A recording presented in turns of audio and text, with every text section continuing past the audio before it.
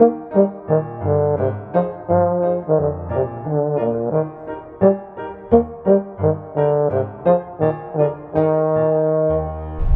in Bodø in northern Norway, beyond the Arctic Circle, the home of Bodø Glimt. The local team were founded in 1916 as Glimt.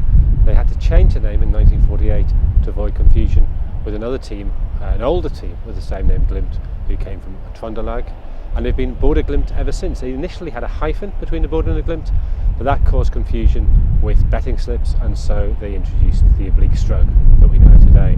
It took Bodø a long time to get into the top division in Norway. For a long time, teams from the north of Norway were effectively banned from playing the top league. There was a sense they couldn't compete. And it was only in 1972 that it became possible even for a team from this far north to get into the main Norwegian league. Bodø won the Northern Division in both 1974 and 1975, but then lost in playoffs that would have got them into that top division. So it wasn't until 1975 that they managed to get themselves promoted for the first time into the top flight of the National League. 1976, they showed just how good they could be. They finished second in both the league and the cup, Lillestrøm winning the double that season. But the trajectory hasn't all been upwards. There's a spell in the 1980s when Glimt weren't even the best side in Bodø. They fell down to the third division, and Bodø Grand became the biggest team in this small town. They won promotion again in 1992, and in 1993 they came second again.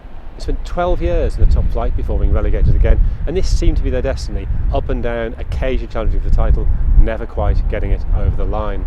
They came back into the top flight in 2013, and although they were relegated in 2016, that was a crucial year for them, because it was that winter that Kjetil Knutsen was appointed as assistant to Asmund Bjørken. Following season, they were promoted by 16 clear points, playing great football, and Knutsen was appointed head coach in his own right.